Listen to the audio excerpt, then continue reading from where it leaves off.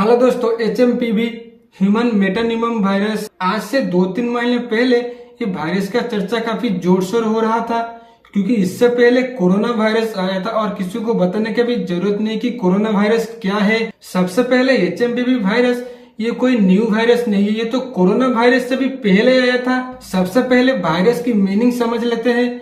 अगर हमें कोई चींटी भी काटती है तो हमारा बॉडी के अंदर एक एसिड भेज देती है, जिसकी वजह से हमें वहाँ पर खुजली होती है। ठीक वैसे ही हमें अगर कोई चूहा भी काटती है तो हमें हेंटा वायरस होती है। वैसे अलग अलग एनिमल काटने पर हमको अलग अलग वायरस होती है। वायरस के बारे में तो हम थोड़ा बहुत समझ गए। ये जो वायरस है ये 2001 में पहली बार आइडेंटिफाई किया गया था।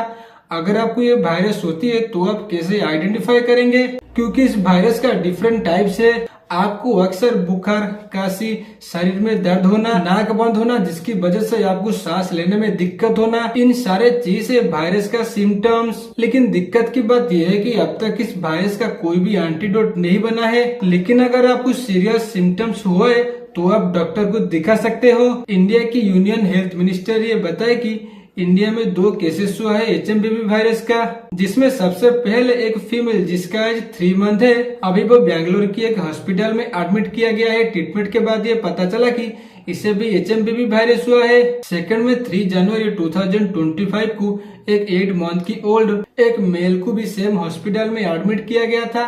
ट्रीटमेंट के बाद रिपोर्ट पॉजिटिव आया, यानी कि इसे भी HMPV वायरस हुआ है। मीडिया रिपोर्ट के मुताबिक इन 2 बेबी का जन्म बैप्टिस्ट हॉस्पिटल में हुआ था।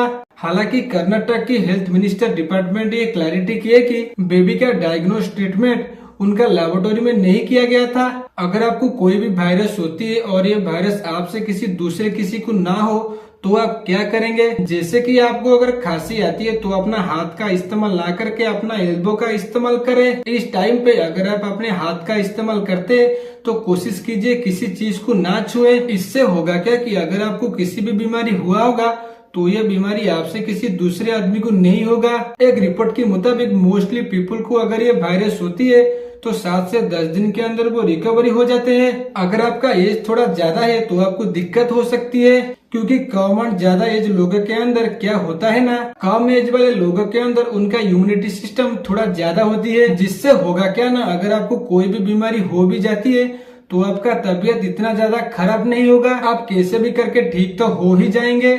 लेकिन ज्यादा एज लोगों के अंदर उनका इम्यूनिटी सिस्टम थोड़ा कम होती है, जिसके वजह से उनको दिक्कत हो सकती है।